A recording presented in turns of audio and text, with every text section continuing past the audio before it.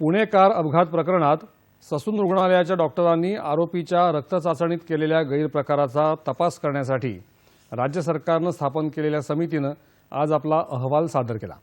रक्तचाचणीत फेरफार केल्याबद्दल ससून रुग्णालयातल्या 2 डॉक्टरांसह 3 जणांना निलंबित करण्यात आलं असून रुग्णालयाचे अधिष्ठाता डॉक्टर विनायक काळे यांना सक्तीच्या रजेवर पाठवण्यात आलं आहे अशी माहिती आरोग्य शिक्षण मंत्री हसन मुश्रीफ यांनी प्रसारमाध्यमांशी बोलताना दिली।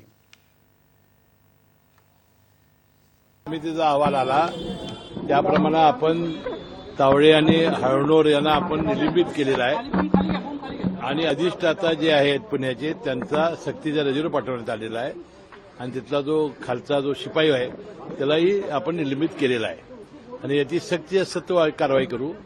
यापुढे कुठल्याही सरकारी डॉक्टरच्या दवाखान्यामध्ये या गोष्टी होऊ नयेत म्हणून त्यांना आयुष्यामध्ये अशी आपण काही शिक्षा देऊ की असं प्रकरण त्यांना करताच येणार नाही अशा प्रकारची कारवाई आम्ही करण्याचं ठरवलं होतं।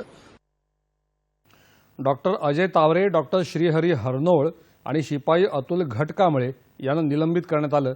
रक्त चाचणी बदलणं ही अतिशय गंभीर घटना असून आगामी काळात अशी घटना घडू नये म्हणून दोषींवर कडक कारवाई केली जाईल असा इशारा देखील मुश्रीफ यांनी दिला।